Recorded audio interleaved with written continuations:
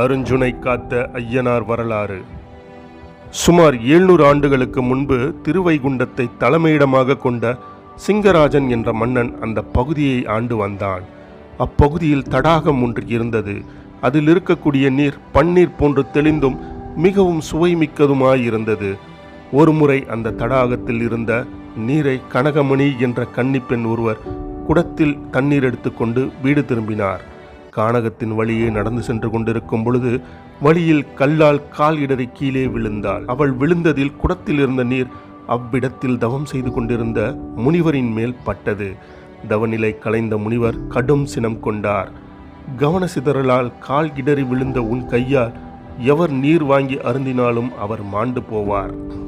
இதை நீ வெளியில் தெரிவித்தால் மரணம் உன்னை தழுவும். இதையெல்லாம் விட நீ எந்த வகையில் இறந்தாலும் இறக்கும் தருவாயில் செய்யாத குற்றம் சுமத்தப்பட்டு தண்டனைக்காக மரிப்பாய் என்று முனிவர் சாபமிட்டார். அறியாது செய்த பிழைக்கு மாபெரும் தண்டனையா என மங்கை வினவ, பெண்ணே, நீ இறக்கும் தருவாயில் நீ சொல்வது எல்லாம் பலிக்கும். மரணத்துக்கு பிறகு நீ சொர்க்கம் போவாய் என்று உரைத்தார். இந்த நிலையில் மன்னன் சிங்கராஜன் தினமும் உண்டு வந்த கனிமரம் தினமும் ஒரு கனியைத்தான் காய்க்கும். அந்த கனிதான் அந்த மன்னன் உண்டு வந்தான். மரத்திலிருந்து விழும் கனி மன்னன் வருகைக்காக அதே இடத்தில் கிடக்கும். அதை யாரும் எடுத்துவிடக்கூடாது என்பதற்காக மன்னரின் காவலாட்கள் 5 பேர் அங்கு வழக்கமாக காவல் காத்து வந்தார்கள்.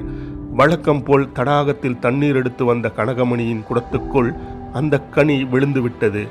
அதை காவலாட்களும் கவனிக்கவில்லை, கன்னி கனகமணியும் கவனிக்கவில்லை. குடத்து நீருடன் அவள் இல்லம் சென்றாள்.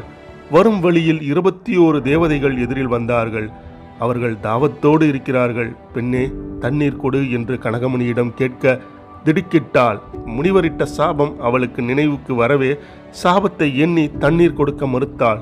தாகத்தால் நாங்கள் மரணித்து போய்விடுவோம் என்று அந்த கன்னிகள் கெஞ்சியும் மனதை கல்லாக்கி கொண்ட கனகமணி தண்ணீர் கொடுக்க மறுத்ததோடு சினத்துடன் வழியை விட்டு விலகி செல்லுங்கள், நான் அனுதினமும் வழிபடும் ஹரிஹர புத்திரன் மீது ஆணை என்று உரைக்க தேவதைகள் வழிவிட்டன.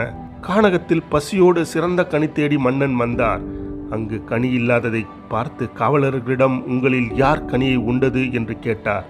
தாங்கள் யாரும் இல்லை என மன்னனிடம் வினவ கனி மறைந்த கதையை மீண்டும் மீண்டும் அவர்கள் சொன்னார்கள். கனியோடு வாருங்கள், இல்லை என்றால் உங்கள் ஒருவருக்கும் தலை தப்பாது என்று எச்சரித்தான் மன்னன். மன்னன் கட்டளையை ஏற்று காவலர்கள் ஊருக்குள் சென்று எல்லா வீடுகளிலும் தேடினார்கள். கடைசியில் கனகமணி வீட்டில் தேடும் பொழுது குடத்துக்குள் கனி இருப்பதை கண்டார்கள்.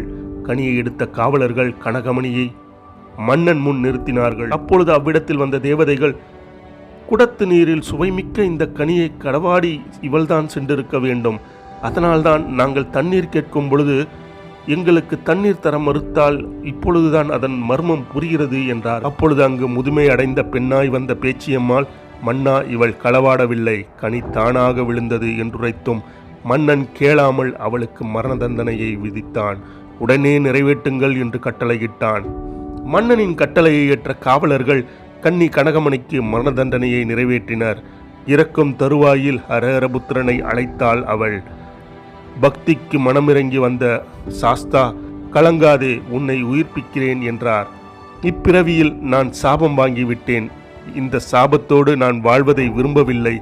எந்த தண்ணீருக்காக நான் சாபம் பெற்றேனோ அதேபோல் இனி எவரும் தண்ணீருக்காக அலைந்து சாபம் பெறக்கூடாது என்பதற்காக நான் இவ்விடத்திலேயே சுனையாக மாறி இருக்க விரும்புகின்றேன். சுனையை யாரும் அபகரிக்காமலும் மற்றவர்கள் பயன்பாட்டிற்கு இல்லாமல் வெளியிட்டு தடுக்காமலும் இருக்க ஐயனே, நீரே சுனையை காத்தருள வேண்டும் என்றார். அருமையான சுனையாக மாறும் உன்னை காத்தருள்வேன் என்று உறுதியளித்த ஐயனார் சாஸ்தா அவ்விடம் ஸ்ரீ அருஞ்சுனை காத்த ஐயனார் என்று அழைக்கப்பட்டார். மன்னன் மதிமயங்கி தவறு இழைத்து விட்டேன் என எண்ணி தனது உயிரை மாய்த்து கொண்டார். 21 தேவதைகள் ஐயனாரிடம் மன்னிப்பு கோரினர். அதன் பின்னர் அவர்களுக்கும் தனது இருப்பிடத்தில் இடம் கொடுத்து தனது கண்காணிப்பில் வைத்து கொண்டார். ஆண்டுதோறும் இந்த கோயிலில் பங்குனி மாதம் 10 நாட்கள் திருவிழா நடைபெறும். அந்த நாட்களில் இந்த குலதெய்வத்தை காண அனைத்து பகுதிகளிலும் இருந்து மக்கள் வந்து விடுவார்கள்.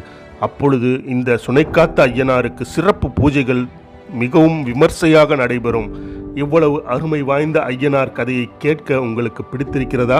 இந்த காணொளி உங்களுக்கு பிடித்திருந்தால் மறக்காமல் லைக் பண்ணுங்க, ஷேர் பண்ணுங்க, கமெண்ட் பண்ணுங்க. இந்த சேனலை மறக்காமல் சப்ஸ்கிரைப் பண்ணுங்கள். Thank you friends.